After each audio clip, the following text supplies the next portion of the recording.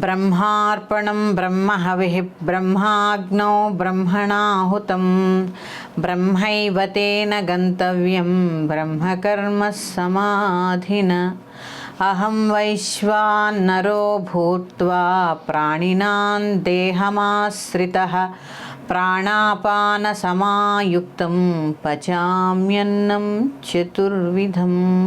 హోమము నేనే, హోమద్రవ్యాన్ని నేనే, అన్నీ నేనే. అంటే ఈ భోజించడము అనేది హోమముతో సమానము. పాత్ర శుద్ధి కావాలి. ఆ ధాన్యం పండించినప్పుడు వాళ్ళు ఆ రైతు ఎట్లాంటి స్థలంలో పండించారు, ఎట్లాంటి మనస్సుతో పండించాడు, ఇవన్నీ కూడా ఎందుకంటే మన ఆహారమే మన మనస్సు.